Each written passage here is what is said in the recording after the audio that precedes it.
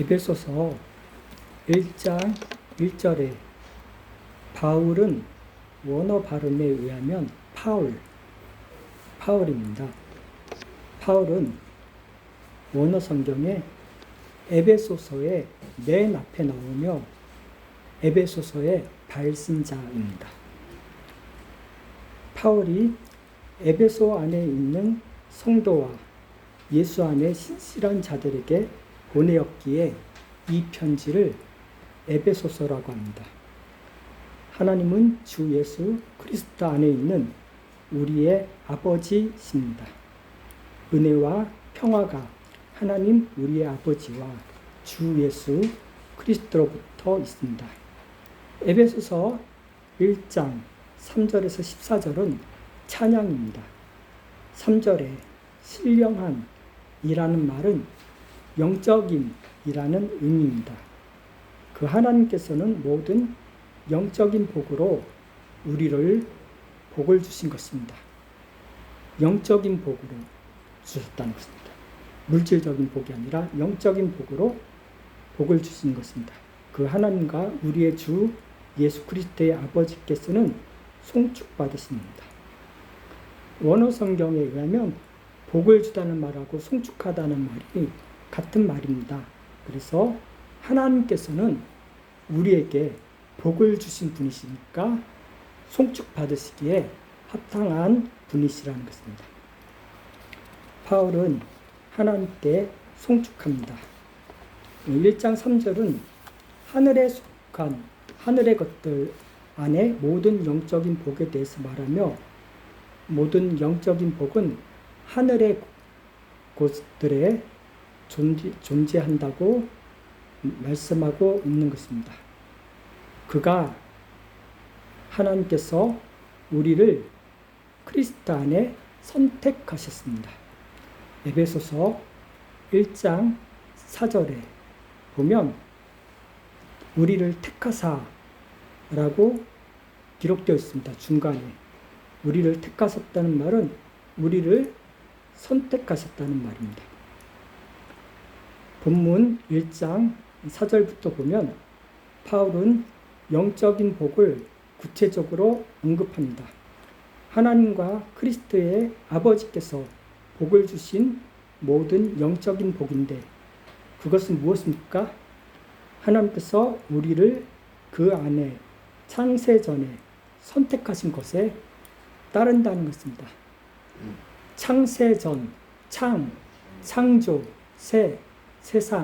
세상을 창조하시기 전에 하나님께서 하나님께서 창세기 1장 1절에 보면 하나님께서 그래서 창세기지 않습니까? 창세기 1장 1절에 보면 하나님께서 천지를 창조하셨다. 하늘과 땅, 천지를 창조하셨고 그 다음에 그 땅 위에 있는 거기 모든 나무, 풀, 그 다음에 바다의 물고기, 땅의 짐승, 하늘의 새, 이 모든 것들을 창조하셨다. 하늘의 해와 달과 별을 창조하셨다. 라고 말씀하고 있는 것입니다. 하나님께서 세상을 창조하셨는데 그 다음에 6째 되는 날에 사람을 창조하셨지 않습니까? 근데 그 창조 전에 아담을 만드시기 전에 이미 우리를 선택하셨다. 라고 이미 하나님의 마음속에는 우리가 있었다는 것입니다.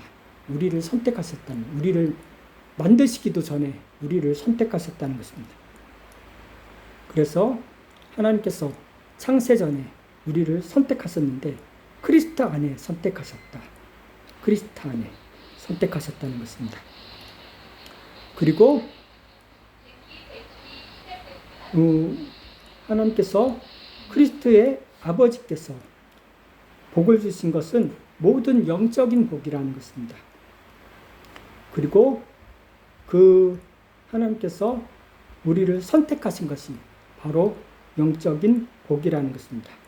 우리는 그리스도 안에 그와 연합함으로 영적으로 복을 누린다는 것입니다. 이 영적인 복은 어디에 있습니까? 그리스도 안에 있다는 것입니다. 그리스도 밖에 있는 사람들하고는 전혀 상관이 없는 복이라는 것입니다. 이 영적인 복은 그리스도 안에 있고 어떻게 그리스도와 연합함으로써 둘이 연합함으로써 이 복이 우리에게 임하게 된 것입니다. 그래서 그리스도와 상관없는 사람들은 이 복과도 상관없다는 것입니다. 그리스도와 연합한 사람들만 이 영적인 복을 누리는 것입니다. 바울은 4절에서 하나님의 선택 목적이라는 주제를 소개하고 있습니다. 하나님께서 선택하셨다는 것이 얼마나 큰 복인지 모릅니다.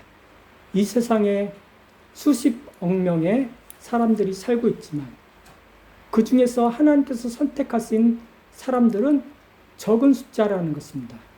다른 사람들은 다 하나님과 상관없이 살아가는 거죠. 그렇게 살다가 하나님이 없는 곳으로 죽어서 하나님이 없는 곳으로 가는 것입니다. 그러나 하나님께서 선택하신 사람들은 하나님께서 계신 하나님의 왕국에 들어가게 되는 것이죠. 그래서 이 선택이라는 것이 얼마나 큰 복인지 모른다는 것입니다. 이것보다 더 큰 복은 있을 수 없습니다.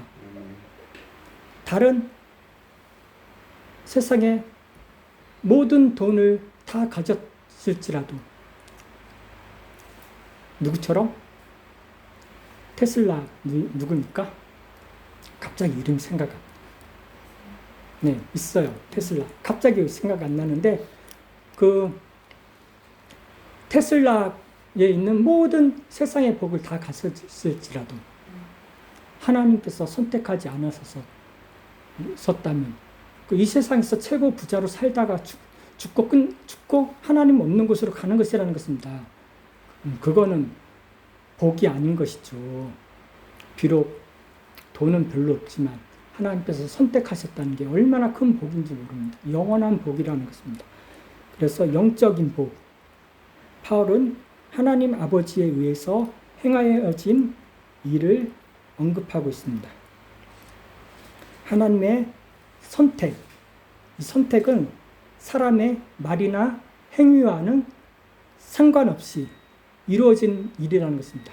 우리가 태어나서 어떤 행위를 하기 전에, 우리가 창조되기도 전에 우리의 행위와 아무런 상관도 없이 하나님께서 우리를 선택하신 것입니다. 그래서 하나님께서 우리를 선택하셨기 때문에 우리가 예수님을 믿게 되는 것입니다. 선택하지 않은 사람들은 예수님 믿을 수가 없는 것입니다. 안 믿어지는 것입니다.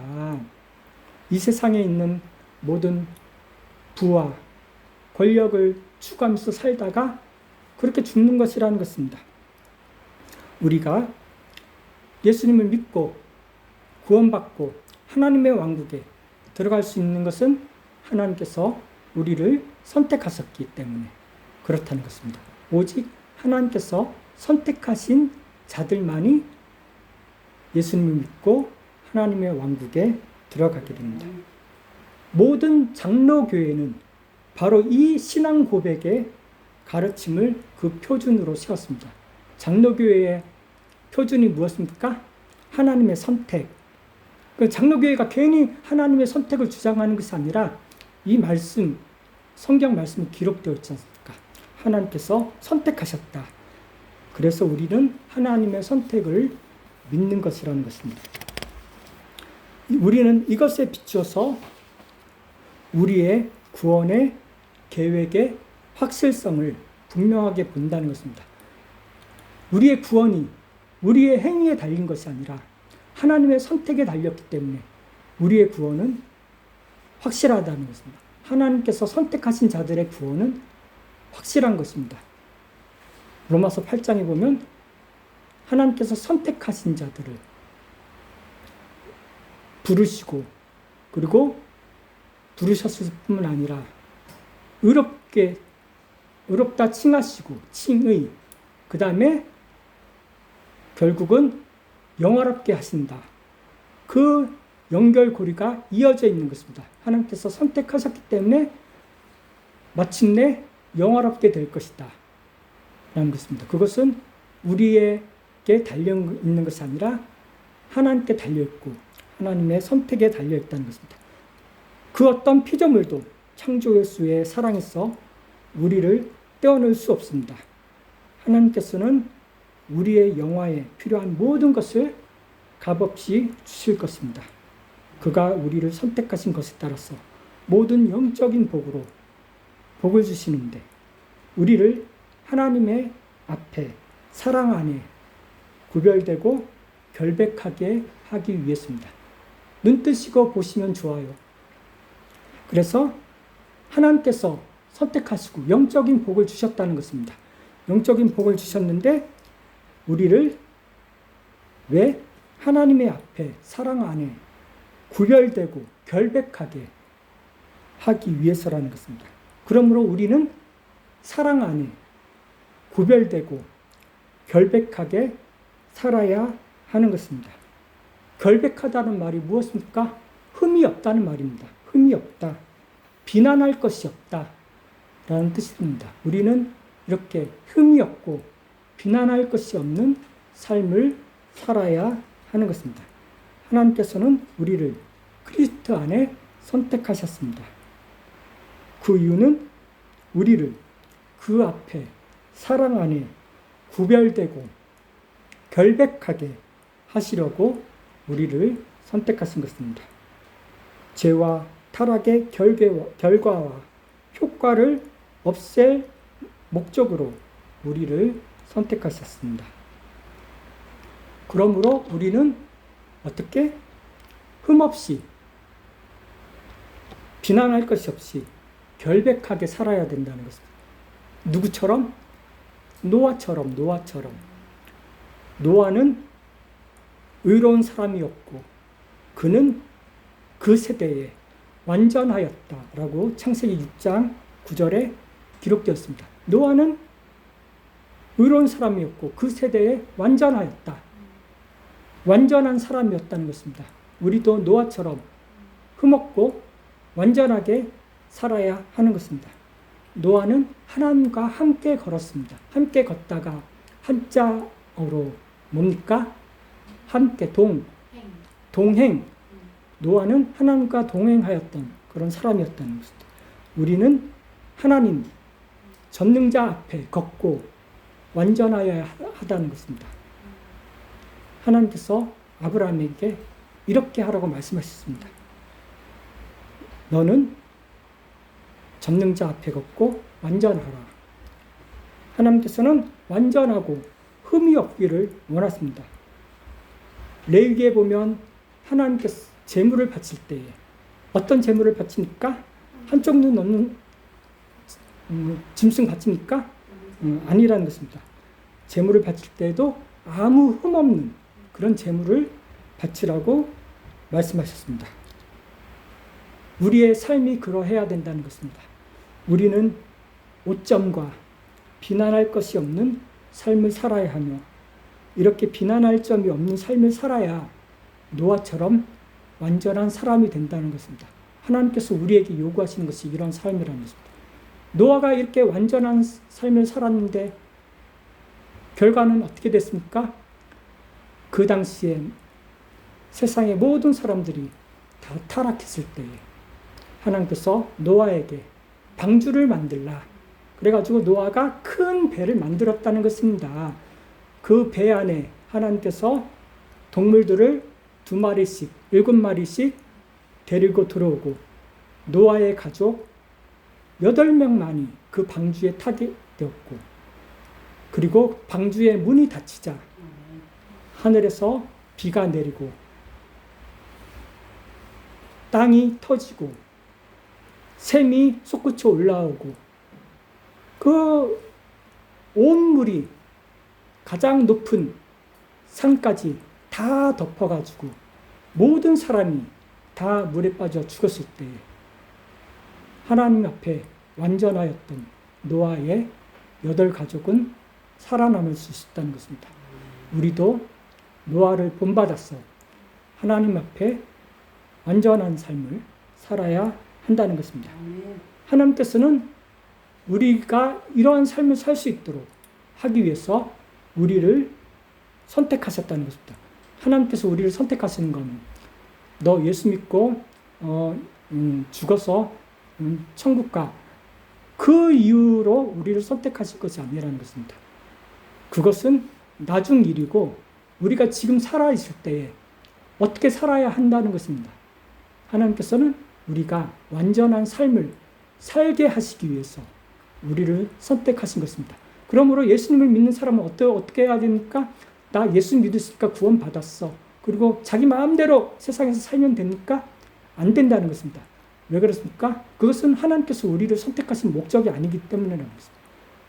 하나님께서 우리를 선택하신 것은 우리가 이 세상에서 완전하고 흠없고 결백하게 살게 하시기 위해 그런 목적으로 우리를 선택하셨기 때문에 우리는 이러한 삶을 살아야 한다는 것입니다. 아담이 처음에 짐을 받은 때에 그는 하나님과 함께 행하며 살았다는 것, 하나님과 함께 동행하면서 살았다는 것입니다. 하루는 아담이 저기 들판에 나가서 동물들 이름을 짓고 너는 코가 기니까 코끼리야. 너는 목이 기니까 기린이야. 그렇게 이름을 다 지었다는 것 아닙니까? 근데 그가 홀로 그러지 않았다는 것입니다. 늘 하나님과 동행하면서 그런 삶을 살았던 것입니다. 근데 이런 하나님과의 동행의 삶이 언제 깨어집니까? 선악과를 먹었을 때. 그때 아담의 행동은 무엇입니까? 저기 나무 밑에 가서 숨었다는 것입니다. 하나님과의 동행의 관계가 깨진 것이죠. 죄 때문에. 그래서 하나님께서는 우리를 회복하시기 위해서 하나님과의 동행하는 삶을 살게 하시기 위해서 우리를 선택하신 것입니다. 아담은 죄를 범함으로써 하나님과 함께 교제하는 삶이 깨어지게 되었는데 구원의 목적은 다시 하나님과 동행하며 살게 하기 위한 것입니다. 그러므로 예수님을 믿는 사람은 어떠해야 됩니까? 늘 하나님과 함께 걷는 삶을 살아야 된다는 것입니다. 하루 종일 살면서 하나님과 함께 걷는 삶을 살고 있습니까? 하루 종일 살면서 하나님 생각 하나도 안 하고 삽니까? 그러면 안 된다는 것입니다. 우리는 늘 하나님과 함께 걷는 삶을 살아야 한다는 것입니다. 늘 하나님 생각하고 그렇게 하나님 기뻐하시는 일 하면서 하나님 내 옆에서 나와 함께 걷고 있어. 늘 그 생각을 염두에 두고서 살아야 한다는 것입니다. 우리는 하나님 앞에 비난할 점이 없기 위해서 선택된 자들이라는 것입니다. 그리고 여기 4절에 보면 사랑 아내라는 말이 있는데 이 사랑 아내라는 말은 거기 흠이 없게라는 말과 연결하면 좋습니다. 학자들마다 주장하는 것이 다 다릅니다. 이 사랑 아내를 어디다가 연결시킬까? 사랑 아내를 그에다가 연결시킬까? 아니면 사랑 아내를 택하다에 연결시킬까? 그렇게 주장하는 학자들이 있다는 것입니다. 근데 가장 좋은 해석은 이 사랑 아내를 그 흠이 없게 연결하는 것이 좋을 것 같습니다. 그래서 크리스천들이 구별되고 결백한 자들이 되는 것은 사랑 안에 가능하다는 것입니다. 우리는 사랑 안에 하나님처럼 흠이 없게 됩니다. 하나님 아버지께서 완전하시듯이 우리는 사랑 안에 완전하여야 합니다. 하나님의 선택 목적은 우리가 그와 같은 자들이 되는 것입니다. 하나님과 같은 자들이 되는 것입니다. 하나님이 우리의 아버지시기 때문에 아버지를 닮는 자들이 되는 것입니다. 그것이 바로 우리를 선택하신 목적이라는 것입니다. 그래서 구원은 하나님과 올바른 관계를 맺는 것입니다. 구원이 예수 믿었으니까 죽어서 천국 가는 것이 아니라 하나님과 올바른 관계를 맺고 사는 것이 구원이라는 것입니다. 그래서 우리는 신성하게 구별되기 위해서 선택되었기 때문에 그렇게 될 것이라는 것입니다. 우리는 우리 자신들을 성별되게 하였고 성별되게 되었습니다. 그래서 성별된 이라는 단어는 신성하게 구별되었다라는 뜻입니다. 신성하게 구별되었다. 구별, 선택의 목적이 구별이라는 것입니다. 선택되지 않은 사람들과 구별되어야 된다는 것입니다. 우리가 똑같으면 안 된다는 것입니다. 예수 안 믿는 사람들과 똑같으면 안 된다는 것입니다. 구별되어야 된다는 것입니다. 신성하게 구별된다는 말을 준말이 성별되다는 뜻입니다. 그래서 우리는 성별되어야 한다는 것입니다. 우리는 세상 사람들과 다르게 구별되기 위해서 선택된 사람들입니다. 다음으로 하나님께서는 우리를 선택하셨고, 다음으로 하나님께서는 우리를 양자결혼 안에 예정하셨습니다. 첫 번째는 선택이었고 두 번째는 예정입니다. 그래서 5절에 보면 하나님께서 우리를 그 안으로, 양자결혼 안으로 예정하시니 그의 뜻의 호의에 따라서 라고 기록되어 있습니다. 양자결혼 이라는 말은 양자 채용을 뜻하는 말입니다. 양자라는 말이 무엇입니까? 양, 기를 양이라는 것이지 않습니까? 기르는 아들이라는 것. 이 양자는 무엇입니까? 내가 낳지 않았습니다. 내가 낳지 않았는데 나랑 원래 상관없는 아이였죠. 그런데 그 아이를 내 아들로 입양했습니다. 입양. 어디 고아원에 가가지고 부모 없는 아이를 내 아들로 입양했습니다. 그렇게 된 아들이 양자라는 것입니다. 그래서 양자 결혼이 무엇이냐? 입양으로 아들을 삼는 것을 뜻하는 것입니다. 하나님께서 우리를 그렇게 하셨다는 것입니다. 원래 우리는 하나님의 아들이 아니었습니다. 여기서는 남자, 여자 구별이 없습니다. 다 하나님의 아들이든지 아니든지, 그럼 우리는 모두가 다 하나님의 아들이 아니었다는 것입니다. 그런데 하나님께서 우리를 양자 결혼으로 예정하셨다는 것입니다. 그래서 하나님께서 예정하셨기 때문에 우리가 하나님의 아들이 된 것입니다. 원래는 아들이 아니었는데 이제는 아들이 되었습니다.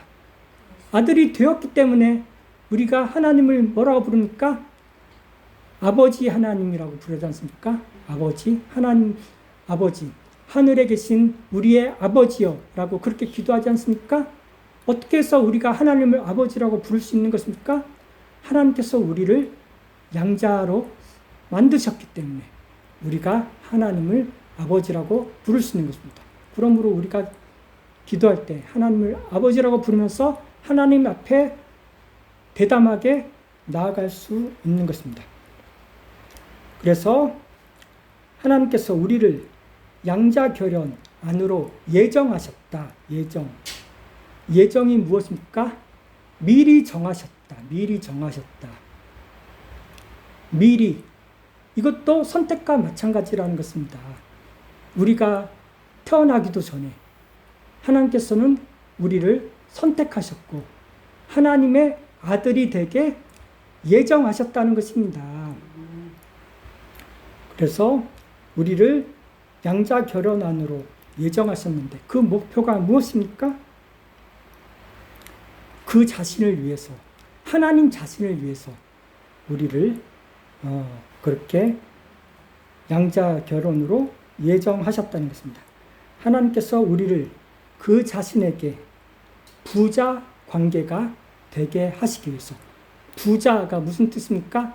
앞에 분은 아버지, 뒤에 자는 아들, 아버지와 아들 관계를 만드시기 위해서 우리를 양자 결혼으로 예정하신 것입니다. 로마서 8장 15절 16절에 보면 너희가 노예 신분의 영을 받지 않았다. 양자 결연의 영을 받았다.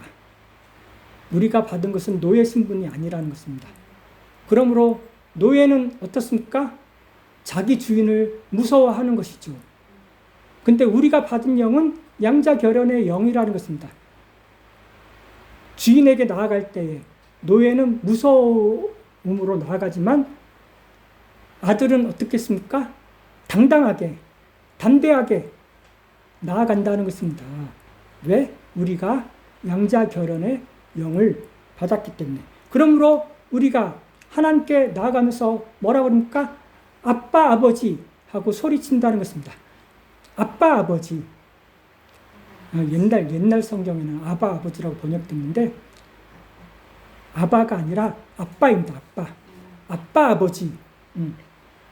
그래서 하나님을 향해서 아빠라고 소리칠 수 있다는 것입니다. 왜? 우리가 양자 결연의 영을 받았기 때문에. 기도할 때 아빠라고 소리칠 수 있다는 것입니다. 양자 결연의 영을 받았기 때문에. 그 영, 성령님께서 바로 우리가 하나님의 자식들이라는 사실을 우리의 영에 함께 확증하신다는 것입니다. 성령님께서 우리의 영에다가 너는 하나님의 자식이야 라고 확증해 주신다는 것입니다. 이런 확신이 있습니까? 우리의 영 가운데 하나님이 우리의 아버지라는 확신이 있습니까? 우리 안에 성령님이 계시다면 그런 확신이 있다는 것입니다. 우리 안에 성령님이 없다면 그런 확신이 없는 것입니다. 하나님 내 아버지 맞아? 그러는 것이죠. 저기 예수 믿는 교회 다니는 사람들은 하나님을 아버지라고 그러는데 하나님 내 아버지 맞아? 그러는 것입니다. 왜? 성령님이 없는 자들은 그런다는 것입니다. 그렇지만 우리 안에 성령님이 있다면 우리는 하나님을 아빠, 아버지라고 소리칠 수 있다는 것입니다. 이스라엘 자손들에게 양자 결혼과 영광과 언약이 있었습니다. 구약 시대에 그랬다는 것입니다. 다른 사람들은, 다른 이방인들은 하나님을 두려워서 그렇게 벌벌 떨고 하나님의 노여움을 받지 않으려고 그 온갖 재물을 갖다 바치고 그랬지만 이스라엘 자손들은 하나님을 아버지로 여길 수 있는 그런 특권이 있었다는 것입니다. 양자 결혼은 이스라엘 자손들이 가지고 있던 특권 중에 하나입니다. 양자 결혼의 영을 받은 우리는 아빠, 아버지요 라고 소리치는데 하나님의 백성들은 하나님의 양자로서의 특권들을 누린다는 것입니다. 아들에게는 특권이 있다는 것입니다. 양자에게는 특권이 있습니다. 아버지라고 부를 수 있는 특권이 있다는 것입니다. 신자들은, 예수님을 믿는 사람들은 첫 열매인 성령님을 가지고 있는 사람입니다. 성령님이 신자들의 첫 열매라는 것입니다. 첫 열매를 보면 사람들이 어떤 생각을 가지게 됩니까? 첫 열매를 땄어. 그러면 어떤 생각을 가집니까? 앞으로 계속해서 열매를 계속 수확하게 될 거야. 그걸 알 수 있다는 것입니다. 우리의 첫 열매는 무엇입니까? 성령님이 우리의 첫 열매라는 것입니다. 그래서 성령님을 가지고 있는 사람은 어떻습니까? 양자 결연, 몸의 되찾음도 가질 것이라는 것입니다. 우리가 예수님을 믿음으로 말미암아 구원을 받게 되었고 성령님을 받게 되었습니다. 그러나 우리의 몸은 아직 구원받지 못했다는 것입니다. 우리의 몸은 여전히 늙어가고 병들고 그러다가 죽는 것입니다. 우리의 몸은 구원받지 못했습니다. 그러나 우리의 몸을 되찾을 날이 올 것이다 라고 약속하고 있습니다. 이것이 바로 뒤따르는 열매라는 것입니다. 우리의 몸을 되찾을 것을 확신할 수 있는 근거는 무엇입니까? 우리가 첫 열매를 가지고 있다. 우리가 성령님을 우리 안에 모시고 있다. 그것이 바로 우리의 몸도 되찾을 것이라는 그런 확신의 근거가 된다는 것입니다. 그래서 지금은 우리의 구원이 완전하지 못하다는 것입니다. 우리의 영은 구원받았지만 우리의 몸은 아직 구원받지 못하였기 때문이라는 것입니다. 그러나 우리의 몸도 구원받을 날이 오게 될 것이라는 것입니다. 아멘. 영적인 몸으로, 썩지 않은 몸으로, 불멸의 몸으로 구원받게 될 그 날이 오게 될 것이라는 것입니다. 우리는 하나님의 아들들로, 그의 양자들로 그 앞에 있습니다. 하나님의 아들은 율법 아래 있는 자들을 속량하시려고 생겨나셨으며 우리를 양자 결연을 얻게 하시려고 생겨나셨습니다. 예수님께서 마리아의 몸에서 탄생하신 이유, 태어나신 이유가 바로 우리를 속량하시기 위해서, 우리를 양자 결연을 얻게 하시기 위해서 그렇게 태어나신 것입니다. 그래서 속량하다는 말은 무슨 뜻입니까? 속량하다. 그래서 속전을 주고 사서 구해낸다는 뜻입니다. 속이란 말이 속하다는 뜻입니다. 그래서 속하다는 말에 대해서 여러 번 제가 설명했습니다. 죄를 범해서 감옥에 가야 되는데 제가 감옥에 안 가고 그 대신 돈을 드릴게요. 제가 감옥에 1년 갇히는 대신에 돈을 5천만 원을 드릴게요. 그때 5천만 원을 주고 감옥에 안 갇히는 것, 그것이 바로 속이라는 뜻입니다. 그때 주는 돈이 바로 속전이라는 것입니다. 그 속전을 주고 구해낸다는 것입니다. 어떤 사람이 노예로 팔렸습니다. 왜? 자기에게는 돈이 없어서 노예로 팔렸다는 것입니다. 그런데 그 가까운 친척이 그 사람을 산 사람에게 가서 내가 이 사람 노예값을 내가 대신 지급하겠소. 그러니까 이 사람을 풀어주시오. 팔린 사람을 돈을 주고 되산다는 것입니다. 되사다. 다시 산다는 것입니다. 다시 사서 구해내는 것. 이것을 바로 속량이라고 그러는 것입니다. 예수님께서 우리를 속량하시기 위해서 이 세상에 태어나셨다는 것입니다. 근데 단지 구해내시기 위해서 태어나신 것이 아니라 그보다 더 나아가서 우리를 양자결혼 삼기 위해서 예수님께서 이 세상에 태어나셨다는 것입니다. 율법 아래 팔려있던 우리를 속량하시기 위해서 예수님께서 율법 아래 태어나셨고 율법을 완성하셨고 그럼으로써 율법에 예속시키는 힘 아래 있는 자들을 속량하셨다는 것입니다.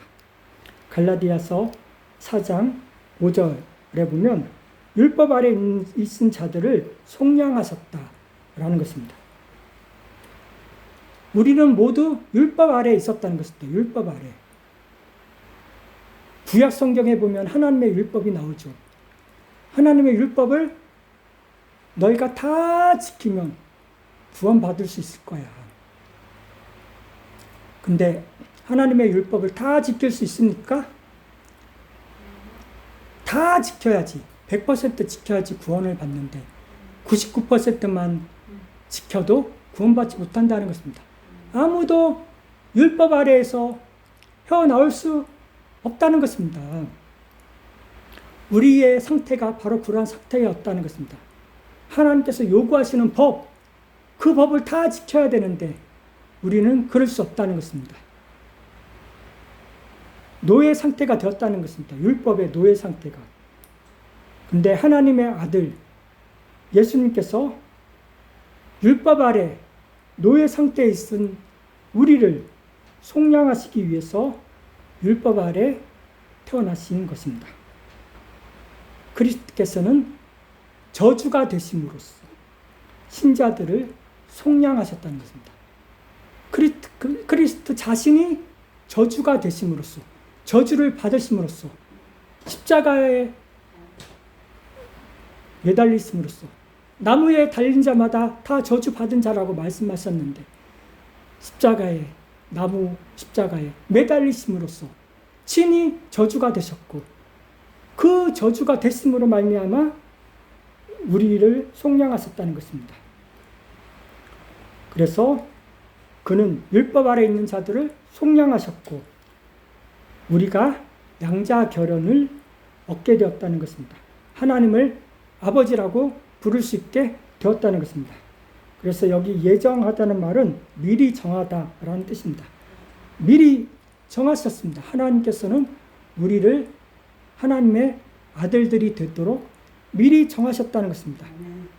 하나님의 계획이셨다는 것입니다. 양자는 그의 양아버지의 소유에 대하여 권리를 확보할 수 있습니다. 양자는 그러한 주장을 할 수 있는 절대적인 권리를 가지고 있다는 것입니다.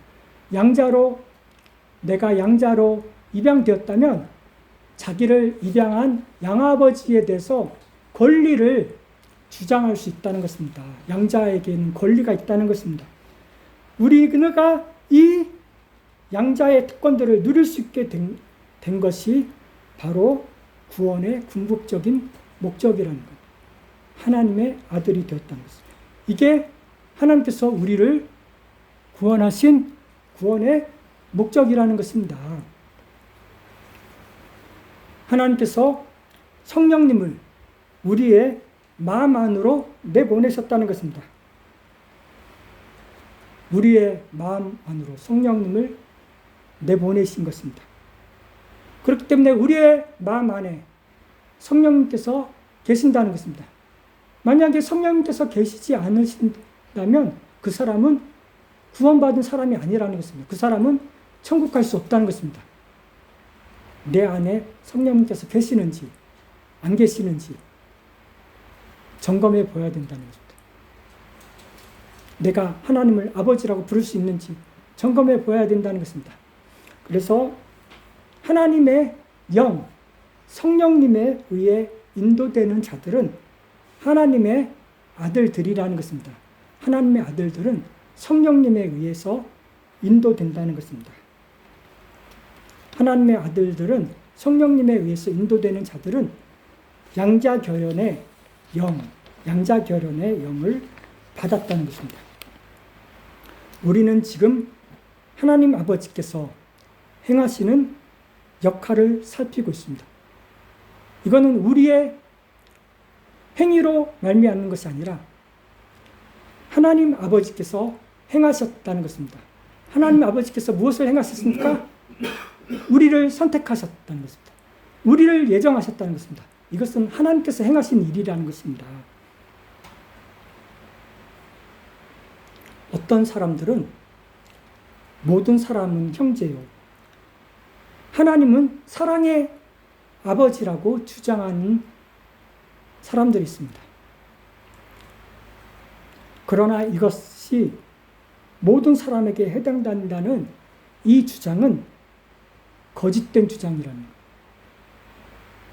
다시 말하면 하나님은 모든 사람들의 아버지야. 하나님은 모든 인류의 아버지야. 하나님은 사랑의 하나님이시기 때문에 모든 인류를 구원하실 거야. 하나님은 모든 인류의 아버지시야. 라고 주장하는 주장이 있다는 것입니다. 근데 이 주장은 거짓된 주장이라는 것입니다. 하나님은 모두의 아버지가 아니라는 것입니다. 누구의 아버지? 예수 믿는 사람들만의 아버지라는 것입니다. 하나님은 결코 예수 믿지 않는 자들의 아버지가 아니라는 것입니다. 이 사실을 분명히 알아야 됩니다. 우리가 예수님을 믿고 성령님께서 우리 안에 계시면 하나님은 우리의 아버지시지만 그 안에 성령님이 없는 사람들, 예수님을 믿지 않는 사람들에게는 하나님이 아버지가 아니라는 것입니다. 하나님께서는 그들에게 진노하시는 분이라는 것입니다. 로마서에 보면 하나님은 진노하시는 분이시라고 기록되어 있다는 것입니다. 그래서 인류는 처음부터 두 종류로 딱 갈라져 있는 것입니다. 영원한 복을 받을 자, 영원히 멸망받을 자. 이건 성경 처음 창세기부터 요한계시록 끝까지 성경이 말씀하시는 바가 바로 이것이라는 거예요. 인류는 두 가지. 그 이상도 그 이하도 아니라는 것입니다. 영원한 복을 받을 자, 영원히 멸망할 자, 하나님께서 창세전에 선택하신 자, 하나님께 선택받지 못한 자, 하나님께서 양자 삼기로 예정하신 자, 하나님께서 예정하지 않으신 자, 인류는 그 두 종류로 딱 나뉘어져 있다는 것입니다. 어떻게 나뉘어졌습니까? 창세기에 보면 카인이 있고 아벨이 있다는 것입니다. 한 사람은 영원히 멸망받을 자, 아벨은 영원한 복을 받을 자라는 것입니다. 예수님께서는 뭐라고 말씀하셨습니까? 오른쪽에 있는 자들에게는 아버지께 복을 받은 자들이라고 말씀하셨고, 왼쪽에 있는 자들에게는 영원한 지옥에 들어갈 자라고 말씀하셨다는 거죠. 인류는 이 두 가지 외에 그 중간에는 없다는 것입니다. 저 천주교가 말하듯이 거의 연옥 그런 것이 없다는 것입니다. 천국 아니면 지옥이라는 것입니다. 그래서 인류는 딱 둘. 하나님의 아들이냐, 하나님의 자식이냐, 아니면 악마의 자식이냐, 그 둘 중에 하나라고 그 요한복음 8장 44절에 말씀을. 한쪽은 그 아버지가 악마고 그 아버지의 욕망을 하기 원하는 자다. 악마는 처음부터 살인자였고 거짓말을 이야기할 때는 자기 것에서 이야기하는 자고, 그는 거짓말쟁이고 거짓말의 아비라고 기록하고 있다는 거죠. 그러니까 한쪽은 악마의 자식, 한쪽은 하나님의 자식이라는 것입니다. 성령께서 우리 마음에 오셔서 예수님을 믿게 하셔서 하나님의 자식들로 거듭난, 다시 태어난 복된 자들이 다 되기를 축복합니다. 기도하시겠습니다. 하나님 아버지, 오늘 말씀을 살펴보았습니다. 하나님께서는 창세전에 우리를 선택하셨습니다. 이 세상의 수많은 사람 가운데 선택받지 못하고 영원히 멸망받을 수밖에 없는 그런 자들이 많은 가운데 하나님께서 우리를 선택하시고, 또 그뿐만이 아니라 양자결혼으로 우리를 예정하신 것에 무한한 감사를 드립니다. 이런 하나님의 선택과 예정의 목적대로 우리가 이 세상 사는 동안에 아무 흠 없이 결백하고 완전하게 살아서 하늘에 계신 우리 아버지를 닮은 삶을 사는 복된 성도들이 다 될 수 있도록 복을 주시옵소서. 예수님의 이름으로 기도합니다. 아멘.